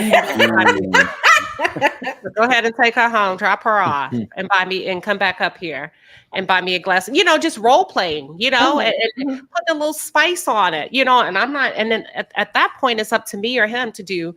You know, that's a little spice, that's a little flirty. And at the end of the day, he's going to do what he wants to do. He may not take her home. He may say, I can't do that. That lets you know he's digging her. I'm not going to do that. I don't want to do that. That's rude. You already know what time it is. But, you know, even nonverbal communication is still communicating. So you're able to see if you 1, 2, or number 3 on the roster. A woman, if a man does not tell you what you mean to him and what his intentions are, and he's just taking you out, he ain't saying nothing, you on the roster. And you're not the top one. You're not the top one at all. But that's where communication comes in play. Like you got to express your intentions. Some people are dating for fun, guys and girls. Some people are dating to marry. So you have to communicate that. And just because they may have a roster doesn't mean that they're not taking you seriously. It's like they're taking all of you on dates, trying to figure out which one of you meshes Data the collection. most. Data collection, exactly. You know, one may be data collecting for fun later, one may be data collecting for marriage. So it just depends on what the intentions are up front. But just because someone has a roster doesn't mean that they're not taking anyone seriously. Have you ever been through a job interview process? Yeah. About what round do you get tired and you want to pull out the process? The second interview, the third, the fourth? You get my drift? I mean, because at this point, I want to know how close you are to picking me. And I'm not going to ask you, but after the third interview, the fourth interview, and the recruiter's kind of ghosting me, I'm following you. It's the same thing. And that's nothing wrong with that. But those recruiters also know that you're not just applying to that one job, right? Right. So exactly, it's the same way. And you also know that they're not interviewing just you, right? So it's the same thing. I agree. It's the same thing. It plays both ways. You're either looking for a contract position for a couple of months, or you're looking for something long-term. Are you looking for a career or for a job or a summer job? Which one is it? So you just got to let that be known up front. And you do that on the application. But the problem is most women don't interview multiple candidates. They sit around and wait for you. They sit around and they wait for the call back and they get their feelings hurt. Most women, not all, most. That's how most women date. And men do not date like that at all. Queen Sheba said that you're not supposed to ask. Amari is a woman, because you data collecting. Are you supposed to be like, hey, what are we? Or what's the stuff? We need to talk and pre-contracts. verbal I mean, who contracts, right? starts the conversation? That's what I'm saying. Like, for me personally, I agree with Queen Sheba in the sense that I feel like the man should lead. But at the same time, like, how do you get the communication going? Are you definitely saying, like, if the man is not like, hi, I'm interested in dating for marriage or dating for fun, like in the first, second, third date, then it's not you. Like, just move around. Okay, Well, so I'll tell you how to do it. God, y'all make normally I would say this, It's but the not. It's time not the is not job for you. involved. So mm, this is what you do, ladies. So this is what you do. First of all, you listen very carefully, Okay. nonverbal, and don't listen to what he's saying. Listen to what he's not saying. So let's just say you're 90 days in. It's good. You're having a good time. 90 days. 90 days is just 3 months, right? You can find out a lot in 90 days. Okay. If you are listening, if you're observing, and not to what he's saying, but also my dogs are wrestling. Stop. To what he's not saying. So let's just say you make it to the fifth month mark, 6 months. He ain't saying nothing. And you say, well, how do you bring up that conversation? This is how you bring it up. You say to him in a good spirit, the mood has to be right. You're on your way to the date. You say to him, you know, I really enjoy you. I really have a great time with you. Y'all take a note. But I can't always promise that I'm just going to see you. But I like what we're doing now. But in case I go that route, I'll let you know. If I go that route, I'll let you know. If I decide to see other people, I'll let you know. That's how you initiate that. If you've been waiting 6 months, you shouldn't have to initiate it. But if you find yourself in a position, that's how you initiate it. And if he say, okay, cool, shit, me too, I'll let you know. You already, I mean, you know, or if he say, hold up, wait a minute. Because see, I didn't know that's how you felt because I'm only seeing you. And then you dig deeper and you have more of a deeper dialogue about communication. Why it's, I didn't know that. Well, you should, boom, boom, boom. Okay. Amari, talk to me now. Because Queen Sheba introduced a whole bunch of stuff. She said she that did. 90 days. She did. You got to wait for the mood. When? So, I'm going to ask Sheba this.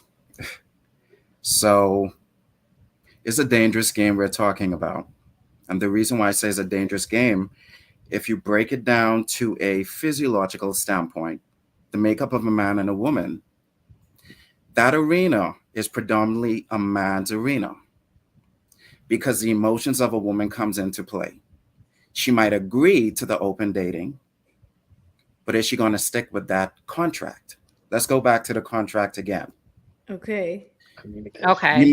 We might agree, but after the first and second views of you dating other people, whose emotions are going to get intertwined? Predominantly, I'm not saying distinctively to one sex or the other, but which genre would be more in tune to not agreeing to this contract? Is it predominantly men or would it be predominantly women who would say, well, I can't handle this dating multiple people because men are built a little bit different. And I'm speaking as a man, not that I condone it, but if you look in society, men produce testosterone and sperm every day.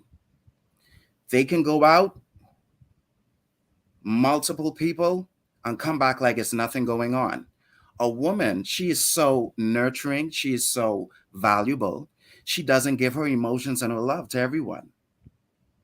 But a man, all he does is go out and frolic. And it's not a good thing, but this is the reality of society. So I would say, if you're playing that game as a female, tread lightly. I don't think you're going to stay in that arena. So the contract might not last long. What do you think, Sue? So you're saying don't tell these men that you are dating multiple people because they can't handle it. I think you should. You should tell them. I think you should. I think it's just a dangerous game to be a part of because someone's feelings are going to get hurt. Okay, I see what you're saying. Someone's feeling might get hurt. I see. I get what you're saying, but the feelings and emotions that you're talking about is what a husband would have for his wife, and how it can be a dangerous game for a woman. That's why that's why you should commit to her. She shouldn't be having to wait and have to establish a roster. So that's a lack of accountability, in my opinion, on the part of a man, because it sounds like he's satisfying his sexual needs by way of different options, right?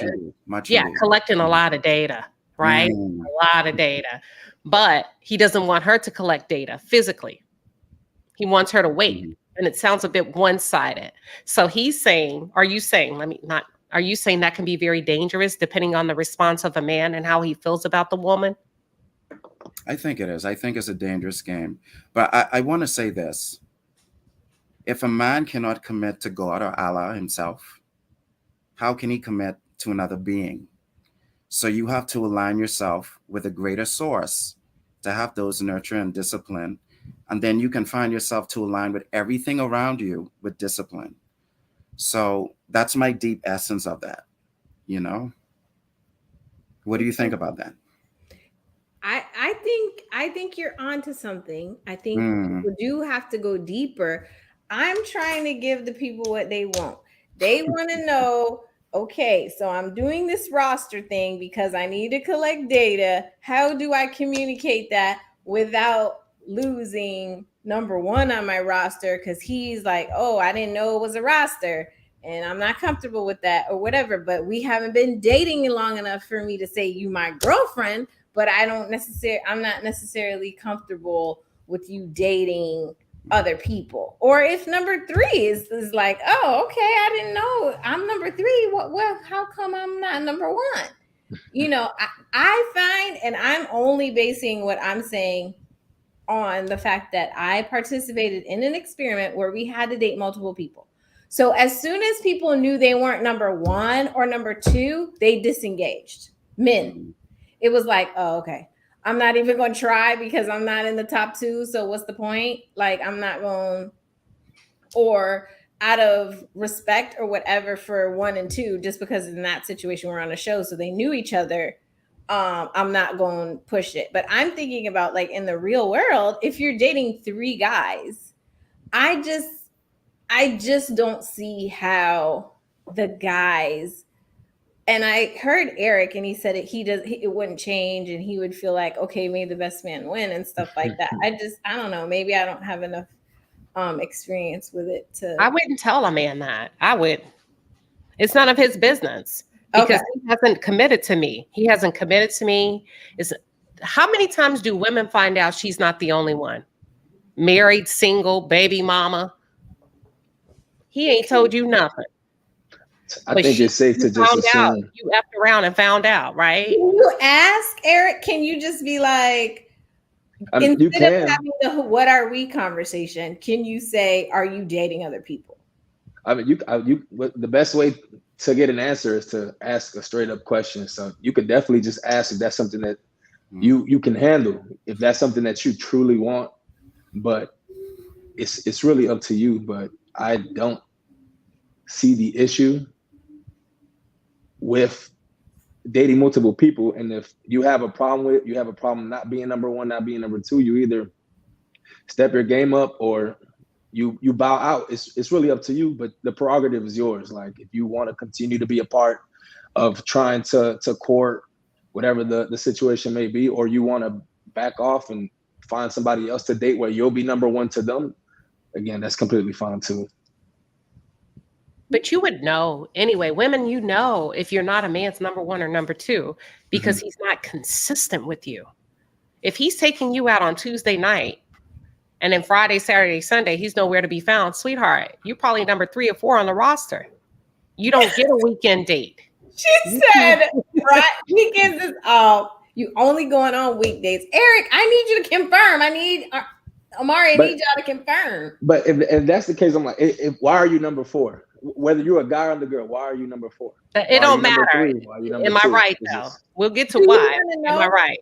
Yeah, Eric, if you have a Tuesday date, you have never taken her on a weekend date, you have not taken her on no trip, okay? Because you dealing with number 1 on the roster and number 2. Like, Mm.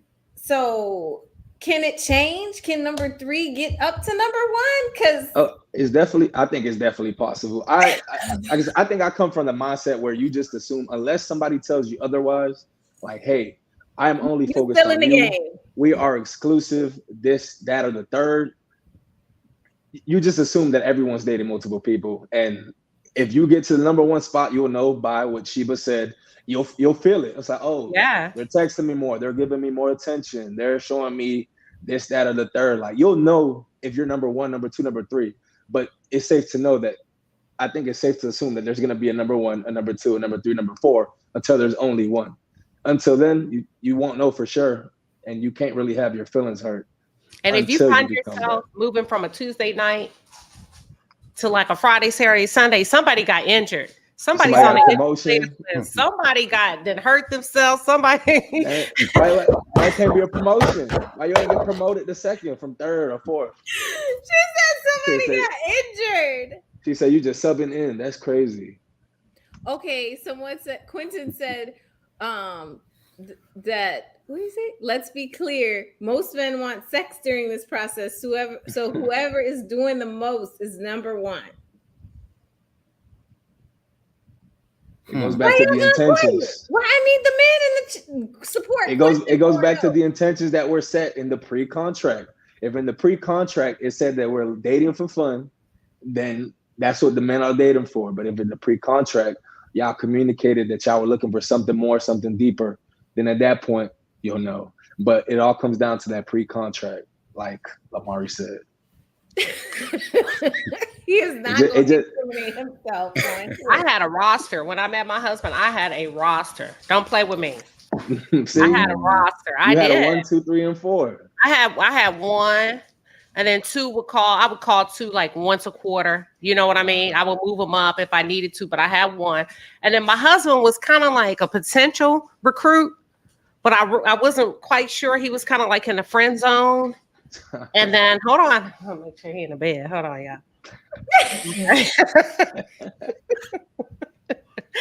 And so one day I told him, yeah, I'm gonna break up with number 1, but he's not. He was like, really? But we were friends, and he's like, when are you gonna break up with him? I was like, in 6 months. He said, why would you waste 6 months of your time if you know it's not working out? We were friends, and boy, that was so empowering to me. And I broke up with that man the next day. Okay. He had a point. Why waste your time? If you know, you know. Okay. I like it. I love it. Well, I appreciate you guys so much. I appreciate everybody in the chat. We are hitting up to 11 o'clock Eastern Standard Time, and I could sit on here all night with you guys. I appreciate you all so much. Each of you, Amari, Eric, Queen Sheba, of course, the Palace coming through, all the moderators in the chat, everybody doing their thing tonight. Super, super appreciate it. Miami Tip, who was here, who had to bow out. Wait, what did Mary Kelly say? Women need to make sure they choose themselves first. And hopefully when he's done counting, you're still interested. All right. All right. And listen, I'm just trying to incorporate the things that you all DM me and say, hey, we need some dating advice at the adult table. Because I feel like all our conversations come around to this at some point. So I respect it. I think it's good. And that's why I like my panelists, because I feel like everybody has a diverse perspective, a diverse experience. So we get to kind of, share those, and people can take it with a grain of salt, or they can take it and run, or they can take their notes and get out there tomorrow and get their roster and tell their number 1 they have a roster. And hopefully their number 1 is like Eric, and he's like, fine, now I got to really step my game up to get the rest of these people off this roster. Okay. And Quentin. Time to go. Right. Quentin is over here. He's like, I'm bowing out. I'm not doing it. PM channel. What a beautiful, handsome panel. Love your hair. Oh, thank you. It's summertime. So if you follow me on Instagram, it's time for me to be in the pool with my kids and stuff. So I had to switch it up a little bit. But I appreciate it, PM channel. I appreciate your support. So I appreciate everybody's support. At the end of the adult table, Eric doesn't know and Amari doesn't know because this is our first time here. But we always have a discussion about what everyone defines as Black love before we tell everybody where to find us and if we have any dope projects coming up. And definitely encourage everyone in the chat to follow all the panelists. And so I will start with Queen Sheba because she's been here before. She knows what to do. to say what her definition of Black love is. Thank you, EBSQ. So Black love for me was tonight a beautiful dialogue, a diverse thought leadership at the table, an openness to stay curious, learn new things from each other. I think the more we talk, the more we learn, the more we come together, the stronger we become. So that's Black love to me. Yes, Queen. Yes. Omari, what's your definition of Black love? It's basically empowering each other culturally. And I think that's, unfortunately, in our society, we tend to empower and support each other in times of tragedy. But I think we need to normalize supporting and loving each other outside of when things happen. Mm-hmm. That's my definition of what Black love is for me. I love it. Thank you. Eric, lawyer in residence. Lawyer in training. I like that. I think Black love is kind of like similar to what they said. It takes a village. So I think Black love is supporting each other, bringing each other up when we can, whether it be professionally, romantically, like whatever it may be, just uplifting each other in everything that we do. I love it. We'll say the adult table prayer. I want everybody in the chat to follow all my panelists. I know the panelists obviously are locked in with Queen Sheba, of course, but please, Eric is going to give out his info. Omari is going to give his info. I appreciate you guys stepping in tonight. I hope you enjoyed the panel. If you did, like, subscribe, share. Okay. We'll do the adult table prayer. It's very brief. Okay. Repeat after me. Keep anyone who is not at the adult table and not progressive and grown away from me. Amen. Amen. Keep everyone that is not at the adult table. If you're not grown and on some adult progressive stuff, just keep that energy elsewhere. So, Omari, where can we find you? Where can we link up? Where can we find the fashion? So you can follow us at Amari Mitchell Miami on Instagram. And then you can also check the website out, which is amarimitchell.com. And we're going to be doing some lovely stuff, especially I wouldn't just say for Black culture, but I think my vision is global. And I'm empowering, using fabric and using fashion to empower us as a people, because clothing has a message. I'm going to use my forum to push that. So looking for everyone's support and look out for our campaigns. Yes, definitely, Omari. I'm a supporter, huge fan. Wear the brand, love it. And I appreciate you so much for coming in tonight. I hope you can come another time to the adult table. And I love to see it. Quentin said Black love is me and Sue Ann walking down the aisle. Wow. Okay. That sounds like he's intentions right there. Over here shooting. Okay. I don't know who Quentin is, but he's shooting a shot. Eric, where can we find you? So you guys can find me on Instagram under @2 MUCH_SOLE. That's too much. So I'm a bit of a sneakerhead for a while now, but if you guys want to follow my journey, I come from nothing and I'm just growing, trying to establish a legacy for me and my family, just trying to do as much as I can to help the community. So if you guys want to follow my journey, and I'm also having fun with it while I'm doing these things. So if you guys want to follow my journey, you guys want to see what's going on in my life, please do follow me. We love it. We want to follow your journey because a Black man can. 1,000%. So we're over here. We're ready for it. I'm looking forward to the day to say colleague Eric Esquire in the building. So I can't wait. It's brewing. Queen Sheba, we know where to find you, but because the palace is so deep and so heavy, and I know they get upset, like, oh, why are you on? You're not supposed to be on right now. You with your soror. Let them know. Y'all know where to find me. We've been on the adult table. We're like resident guests now. But Shafi wanted to say hello. Where can they find you? Woo, woo, woo. Okay, all right. So cute. So cute. No, I appreciate it very, very much, Kuchi. But you know, always come through with the palace, supporting and loving me, growing the adult table. So I appreciate you forever and ever. I appreciate Eric. I appreciate Amari. And I say it so much, not because I'm just repeating myself, but because I really mean it. It means a lot. You know, civil rights litigation, criminal defense, all that stuff is very tough, sticky work emotionally. And so it's good to have this time to just be open and vulnerable and chat and talk with you guys. So I appreciate very much. I will see you not next week, but the week after that, and probably in between there. And feel free, as you have been, everyone, sending me DMs, your ideas for the show and things you want to talk about and questions. Feel free. And I'll see you guys in 2 weeks. Okay. Thanks, guys, again. Thanks.